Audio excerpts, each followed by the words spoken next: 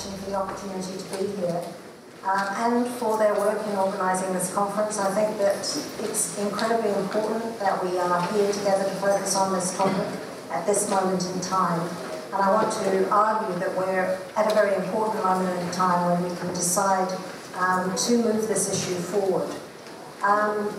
Doug gave me the topic, where would alcohol companies be without alcohol marketing? When he rang me up to check if it was okay, I hadn't given it a thought, and I said, sure, no problem. And then when I came to think about what would I say, I decided I didn't have an awful lot to say on that title, so I will say what I can, but then I'm going to go on and talk a little bit about what is happening internationally and where we are in terms of the New Zealand context, in terms of the alcohol marketing issue right now. With a hope, many of you in the audience will probably know more than I do about this, and so hopefully you'll point out my mistakes and misinterpretations in question time. But I think that it might be useful for us to just focus a little bit on where are we now and what might we use in the current environment to move us forward. So first of all, though, a question or two, a statement or two about where we might be in terms of the alcohol industry, should we get the sort of restrictions on alcohol marketing that we'd like to see. And I think we have to be very clear that the huge transnational corporations, very, very large operations, will still be operating. We can see this from the tobacco situation, that even though we've got very good policy around tobacco, the corporations still exist. We still are constantly in the public health field trying to deal with the kind of influence and kind of fight back that they put up. The retailers will still be offering service, both in terms of selling for off licence and also providing the hospitality industry. And the industry will still be producing and selling a commodity with huge profits attached to it. And some of the reasons behind that have already come up this morning. We're talking about a drug here, a pharmacological substance which has got very positive effects for people, and it's a product which, whether you call it habit or addiction, there's a lot of that attached to it, and so that it's high. Plus, it is a substance which is deeply embedded into our culture as it is to many others. So it is something which is not going to go away. We're still going to be facing harm related to alcohol. Much of what the situation would be following really strong restrictions on marketing would be similar to what it is now. However, we could perhaps argue that there would be some changes in the market. And I think one of the ones that we have the strongest evidence to assume where we would see change is that we do have this really strong evidence base that there are impacts of alcohol marketing on young people, that it does affect the age at which people start to drink. They start to drink younger, the more exposed to alcohol marketing they are. They do drink larger amounts when they start to drink, the more exposed to alcohol marketing they are. So we have a good strong evidence base here. So we can assume that there might be changes, there might be reductions over a long period of time if we saw comprehensive alcohol marketing restrictions, and I believe that would also take place in the context of other complementary policy changes. I'll come back to that in a moment. And I think that, and of course, as we all know, we really have reached a stage in New Zealand where we've got very, very high levels of use among young people. 16 to 17-year-olds are really using it at surprisingly heavy levels, as has already been talked about. And I think the other issue that's important to stress here is that what would have happened if we had this change in marketing, if we had really strong restrictions on marketing, is that we would have a much more supportive environment for health promotion or education. We do have evidence that the tobacco education is actually slightly more effective than alcohol education.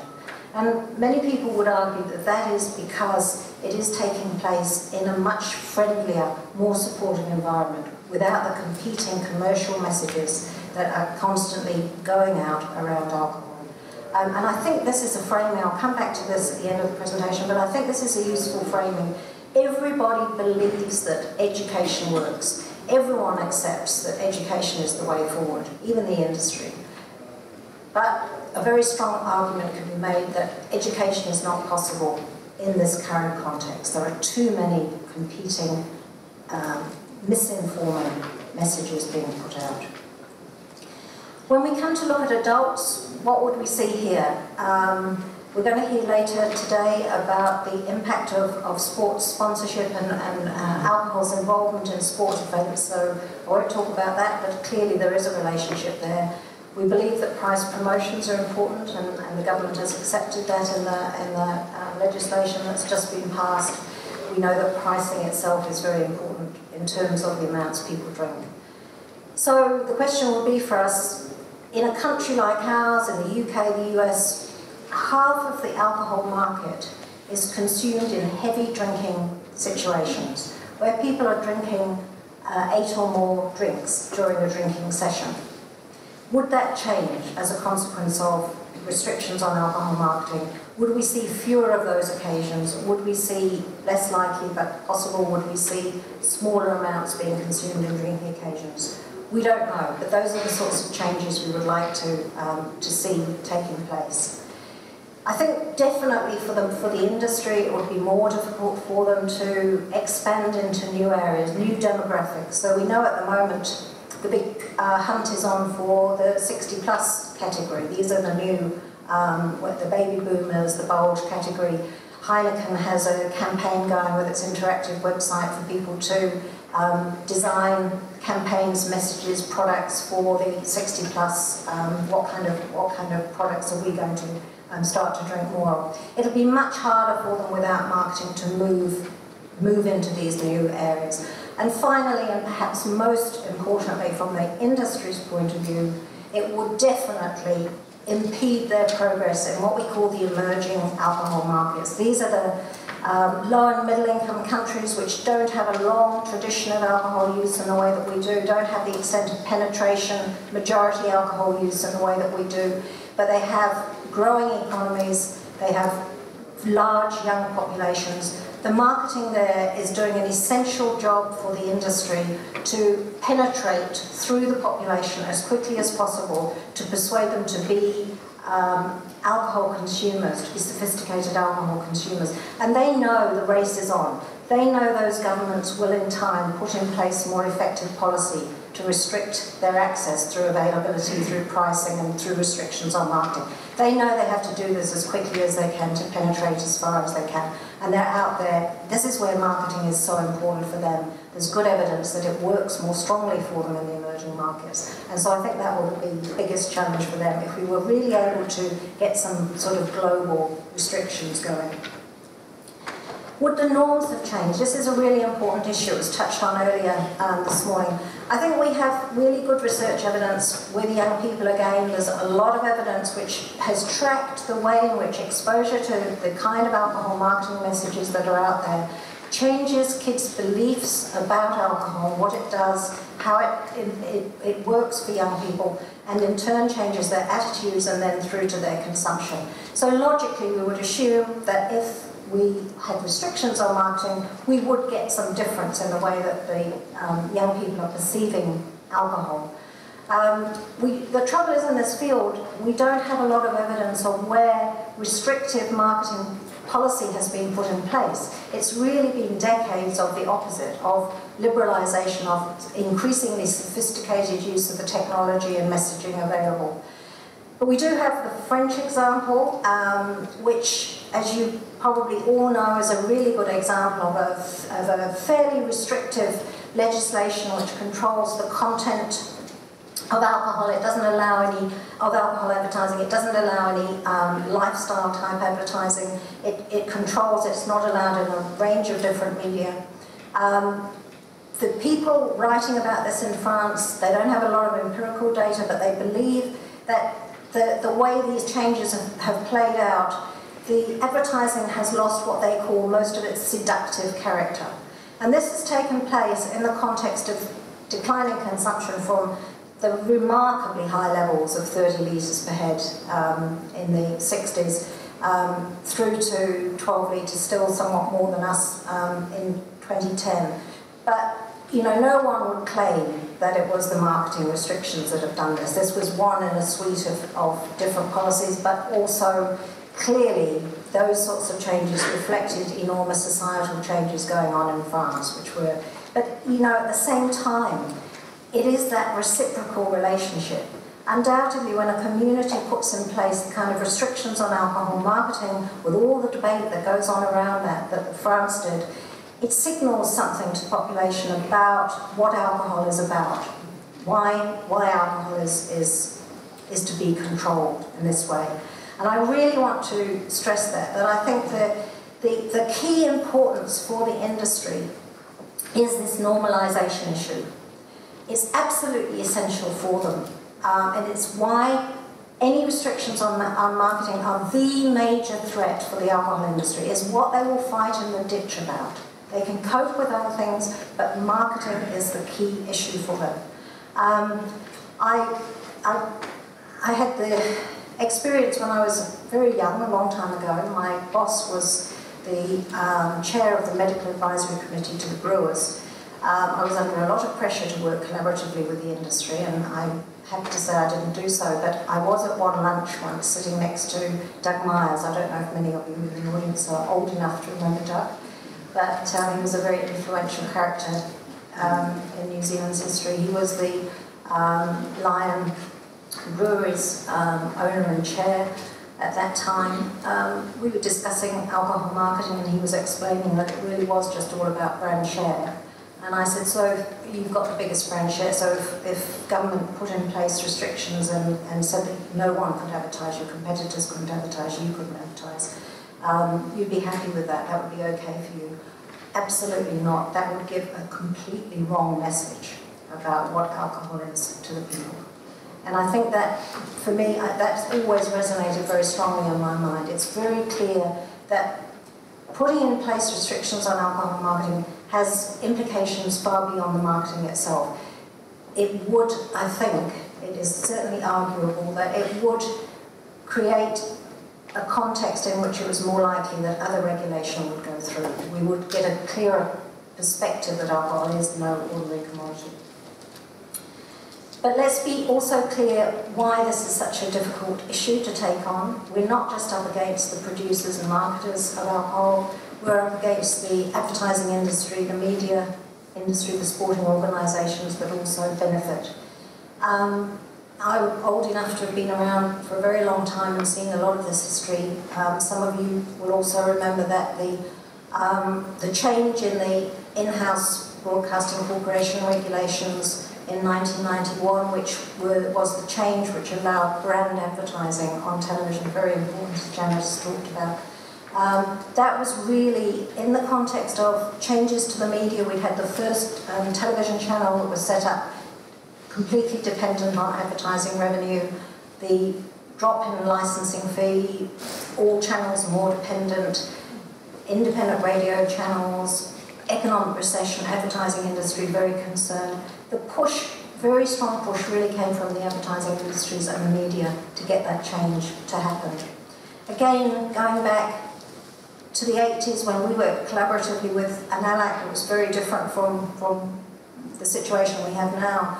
Very strongly committed to policy change, including the very strong statements about alcohol marketing and so on. We devised, there were ad agency involvement in devising social marketing messages, TV campaigns, print media and so on. They came under a lot of pressure from their alcohol client, requested that they show their alcohol client all of our material for their approval prior to it going to air. So we said, sure, as long as we get the chance to look at their material and can veto it prior to going to air. So that didn't happen. But shortly after that, the newspaper association refused to print a policy ad which spoke against alcohol advertising, and the ad agency basically dumped ALAC at that point in time. And these look terribly old and dated now, but it was the one in the middle that with the headline, everyone is lonely, depressed and so on, and then the text says, this isn't true, but advertising isn't true either. This was very cutting edge in the 1980s, I can assure you of that. And it did, responding to a question earlier, we did actually show that it did make a difference to public opinion and the way that alcohol issues were perceived in the communities where these ads happened. So how to get an industry without alcohol marketing? I know you all know, and we'll hear more about this shortly, it's a global issue. The digital environment is full now of alcohol marketing, cross-border TV. It means that we have to have some level of response at the global level. However, we also need response at the national level. And what we see at the moment are only a few countries with really strong restrictions on alcohol marketing that are legislated. We've got some in Scandinavia, we've got the French example. Many places it's just partial, it's maybe spirits not allowed on television or some partial example of that sort. Many countries are still involved with this, what the industry calls self-regulation, which is of course the industry putting in place voluntary controls, so-called, which we know from the research have no impact on the messages that kids are receiving, young people are receiving. So it's very important that action takes place at both the global and the national level. We saw that with the tobacco control movement, that countries setting up strong models of how national regulation can happen pushes the international field, and the international regulation pushes and facilitates action at the national field. So we need to be thinking and working at both levels. What can we learn from tobacco? We often hear the story that people say, oh, there's no good trying to put restrictions on alcohol marketing. The industry will just pop up and put the money somewhere else. And the Law Commission actually referred to this argument and seemed to accept it to some extent in their document. Of course it's true. Of course the industry will look for every loophole and they will find some. But we also have really good evidence from the tobacco field that we can affect the extent of pro-smoking messages, and therefore we can affect the extent of pro-alcohol messages by controlling alcohol marketing. And if you just look at this slide, first of all, you see that in 2002, the number of pro-smoking messages really reflected the level of controls that were put in place with poor old United States, which has huge problems around these, looking at our United States colleague as I say this, huge problems around their strange beliefs about freedom of speech extending to commercial speech. And so they've got by far and away the most pro-smoking messages out there. Australia and Canada doing somewhat better. The UK put in place very stringent tobacco controls on marketing and saw a drop, a quite considerable drop. And I just think it's useful for us to keep remembering it is possible to do something around alcohol in the way that we have done it around tobacco. Now I want to just say a little bit about the Law Commission and its recommendations and where we are today before I finish. The Law Commission, I've described it as a road to Damascus because they really shifted their position quite markedly. In their first paper, they were very impressed by the system of voluntary efforts put in place by the Advertising Standards Authority, which is the vested interest group. They noted that the ASA were currently tightening up their self-regulation. Now, this is a common, they're always currently tightening up the regulation. Every time there's any challenge whatsoever to the, in terms of greater regulation, they'll be tightening up. And they recommended they leave the bulk of the regulation to the ASA. However, they went out for consultation, and many of you in the room would have been very much involved with this, and you know that the message came through so strongly and so clearly to them, you must do something about alcohol marketing. They also used the research evidence very, very well. They made strong use of it in their documentation. And they recommended a 3-stage process over 5 years. And phase 1, the recommendations for phase 1 have actually basically been enacted in the Sale and Supply of Alcohol Act, which has gone through at the end of last year. I'll talk about that in a minute. The phase 2 was to be increased restrictions on exposure, so later watershed on TV, cinema, films, age restrictions, bus shelters, sporting, cultural events for the young, a little bit of tightening up. Phase 3 was to be a step much stronger step, more like the loi van, more like the French law, in which there would be controls on the content, no lifestyle advertising allowed, and a complete ban on sponsorship. And crucially importantly, they recommended an interdepartmental committee would be set up to oversee the moves and developments of Phase 2 and Phase 3. So, as I say, the government has covered off some of what I think mostly what the Law Commission recommended for Phase 1. These are the sorts of things. It's a slightly strengthened from the previous legislation. The promotions of discounts and prices and free giveaways, that varies between off and on license. No, is there anyone here? Helen Fielding's not here. I'm sure that someone in the room probably can talk in more detail about this and what the implications of this are. But the wording is there, and it is potentially usable in the current climate. And I'm very interested to know that the National Public Health Alcohol Working Group are currently revising their toolkit to take into account this new legislation in, I think, what we all believe could be a much more supportive environment. So, for example, we can raise the issue of, is the power wall of RTDs in an off-license, is that advertising with special appeal to minors? What about what's outside the off-licenses?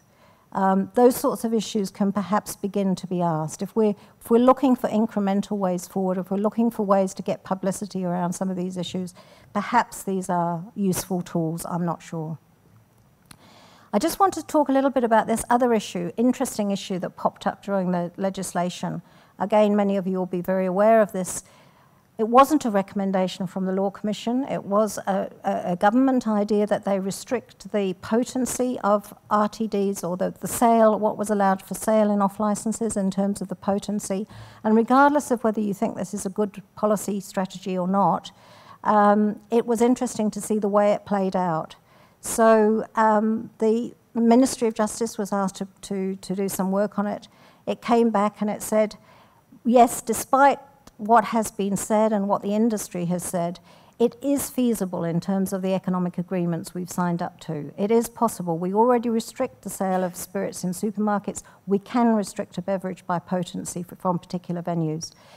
However, they were also very clear about the fact that they'd had numerous consultations with the producers of RTDs, and their bottom line was that they recommended that the industry should be allowed to put in place voluntary restraints in this area rather than it being regulated for. So my question is, where are the voluntary restraints? Some of you in the room may know what's happened, where they are, what they are, but that will be interesting to keep an eye on.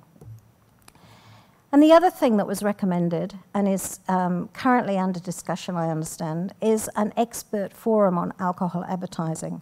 And according to Minister Power, when he announced this will examine the research, the international developments and the outcomes from the ASA, and it'll look at the impact of restrictions on sponsorship, and it'll report back within a year of the Act. And I think this is a crucially interesting issue, who will be involved on this expert forum. And particularly, I ask you to note that the establishment of an interdepartmental committee, which was the Law Commission recommendation, meant that there would necessarily be no vested interests on that committee itself. They would consult with a vested interest, but there wouldn't be membership. Now, the question I'm interested in is, will there be vested interests on this committee, this forum, or not? Globally, where are we at? There is movement. We got a rather weak statement on alcohol marketing in the WHO Global Strategy, following a lot of pressure from the industry. It was the area where they worked really hard. Recently, just put out in February, there is a statement of concern to WHO from the Global Alcohol Policy Alliance, which is the global umbrella organization of NGOs working in the alcohol policy field. And they're really, the statement of concern is about the work of the industry and what the industry is doing in relation to the global strategy, how it's really trying to hijack the whole thing. And one of the recommendations was to convene an international group of public health and media experts to conduct a systematic review relevant to self-regulation and to recommend ways forward in terms of controlling marketing. I should just mention that that statement of concern is GAPA is wanting endorsements from individuals working in the field, and so if you would be prepared to do that, I'll give you the electronic address to do that. I hadn't got it on the slide, and I apologise for that. Other people are talking about, should we be doing something like the baby milk formula approach, so that there is a non-binding international agreement which has been developed, which is about the marketing of breast milk substitutes, which if countries sign up to it, they are expected to put in place some controls. Some people think that might be a good interim step, but I think we have to be really clear that long-term, medium-term, the goal is international legislation. We really want an international health treaty like the Framework Convention on Tobacco Control. And this is such a good model. If you read what this says, they have got it pinned down. They are really all-encompassing in terms of what might be considered to be marketing and promotion. And they are saying that each party shall, in accordance with its constitution, undertake a comprehensive ban on advertising and promotion and sponsorship. And we really, that's the goal, I think, in the alcohol field, that we really should be thinking. We want to work towards an alcohol control framework very similar to the tobacco framework. So for me, finally, the way forward is to keep, as Janet did so well today, is to keep focusing on the tobacco parallels. Yes, the end goal is different. We expect tobacco use will drop right down, but we don't expect alcohol use to drop right down to the same levels in a country like this. But the drivers of change are the same, and the arguments about the impact on young people are the same. We've got the good models, we've got the Framework Convention, we've got the health sponsorship buyout of tobacco sponsorship that took place in New Zealand, a good national model that we could expect to see work well around alcohol here. Increasingly, we can also look at what's happening around ultra-processed food and beverages, the Coca-Colas, the Big Macs and so on. Increasingly, the parallels are being drawn with the way that marketing to young people is producing very unhealthy behaviour in communities. And again, that's an interesting parallel for us because, again, we're not expecting that ultra-processed food will drop completely away, but we are expecting to see change in the marketing and the distribution. I think the impact on the young is a really important element, framing, and as I said before, I think we need to frame it in terms of, okay, we all believe in education, let's create a supportive environment for this sort of education.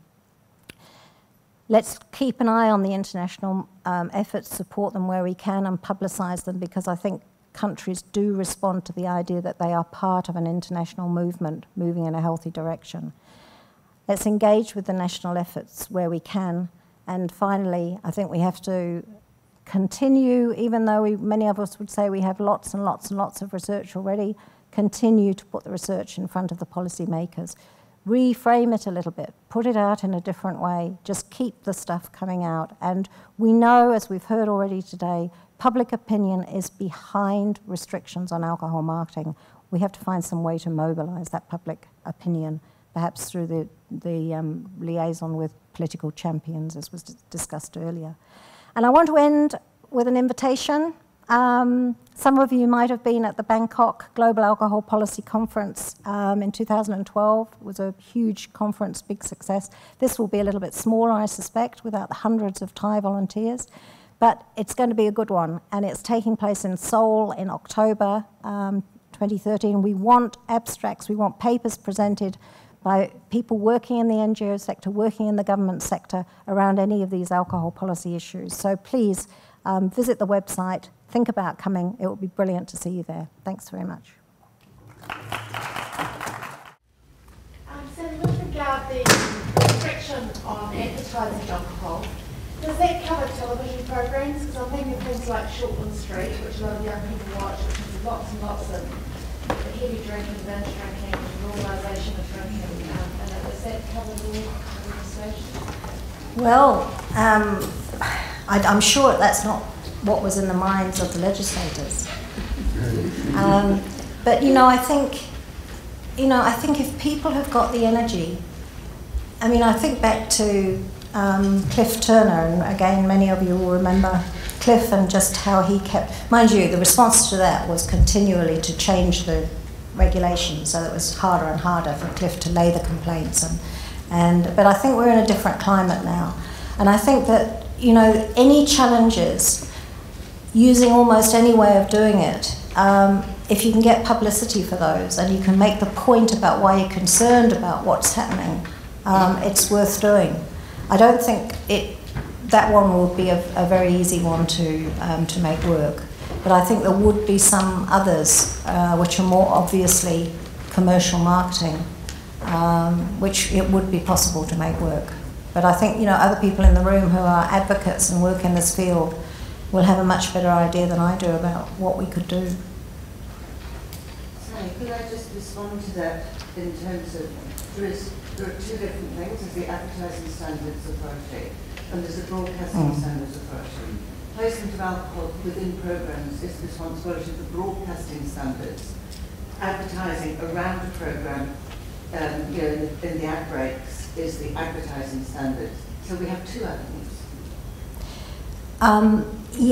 But this is actually outside of those codes that we're talking about here. This is the new legislation, it's very much how that is going to be interpreted in the next few months as it plays out. And I think we all know, the research is really clear that it's the next 24 months after any legislation is put in place that really sets in concrete what the legislation means, how it's interpreted, how it's applied.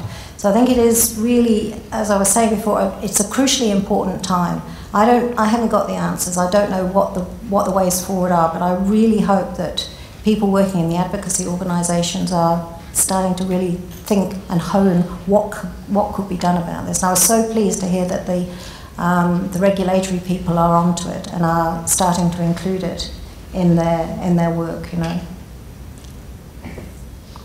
Rebecca. Can I just comment that in the Act, it isn't just about licensing, it's anybody that undertakes irresponsible promotion of carrying out their business. So that's a very good question. New frame. It is a new frame. And I think we need to be quite strategic about how we engage with that. It is actually what the Law Commission asked for. When I went back and checked in detail, it is what the Law Commission put forward as phase 1, which is really interesting. And, you could argue that with the expert forum, there is the possibility of moving on to phase 2 and phase 3. And I think, cup half full, we've got to see it like that and try and make it happen.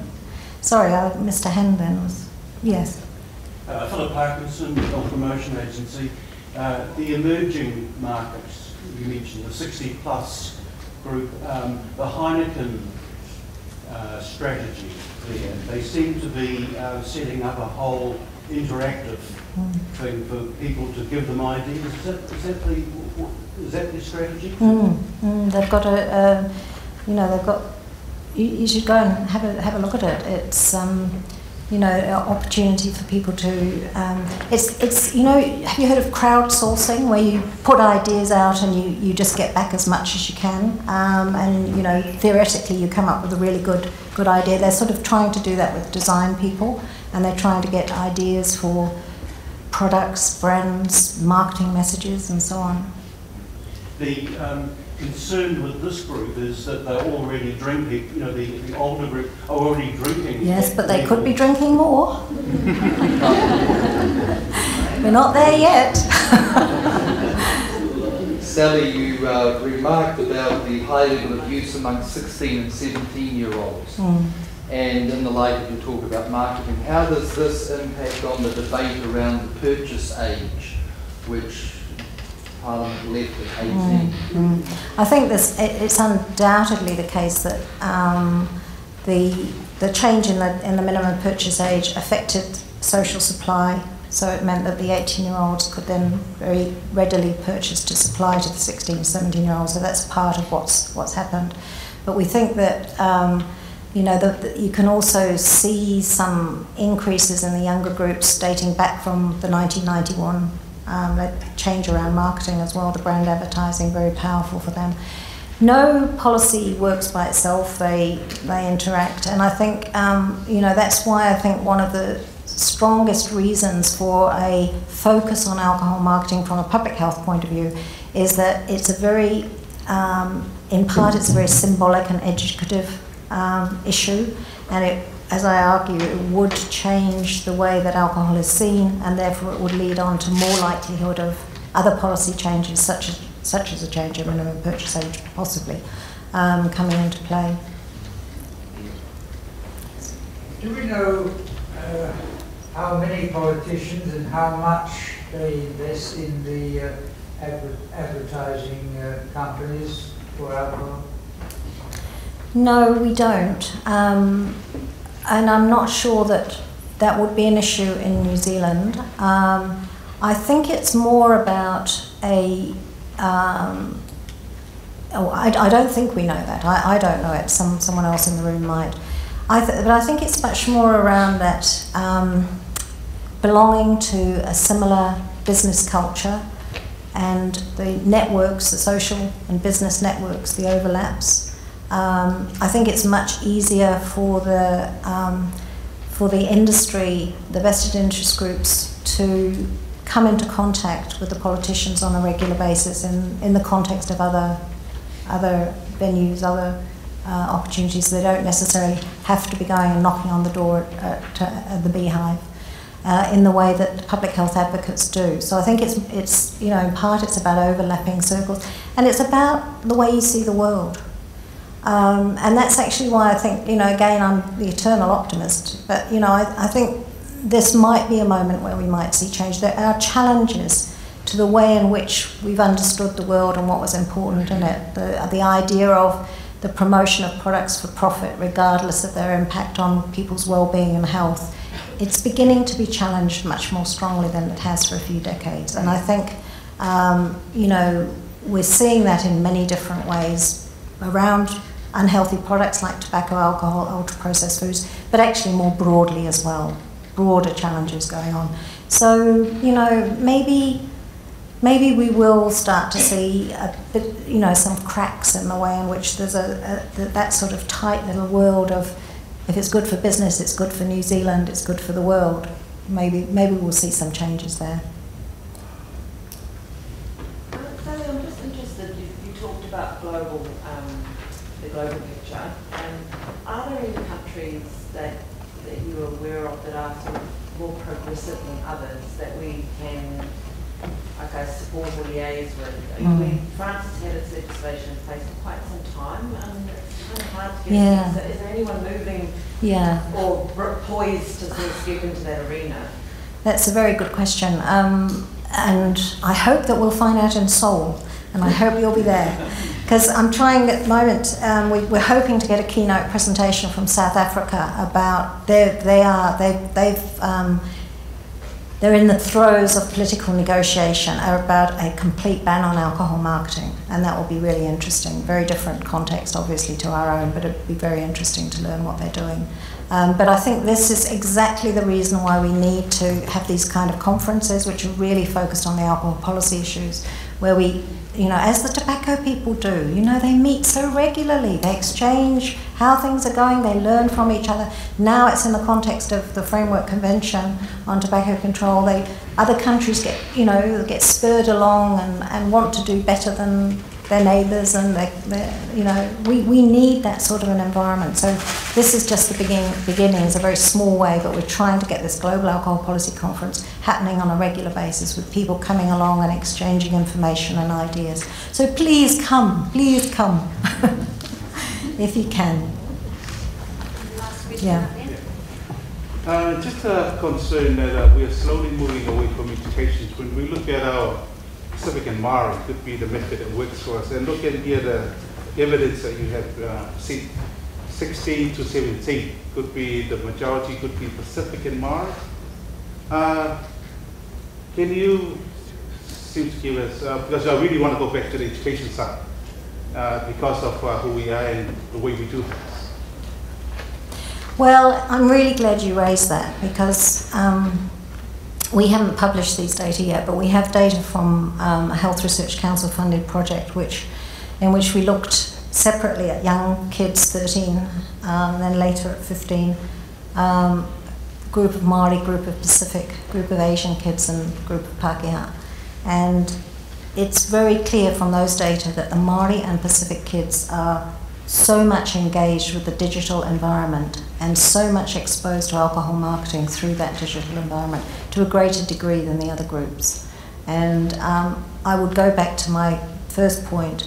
There is no point in talking about education until we've got a clean environment, a non-hostile environment in terms of regulating and marketing. It's just a waste of time and resources. We're much better off writing a letter to your MP, creating a fuss in the paper about the marketing that's going on, rather than spend time trying to educate in a classroom or in a similar sort of context. That would be my point to that.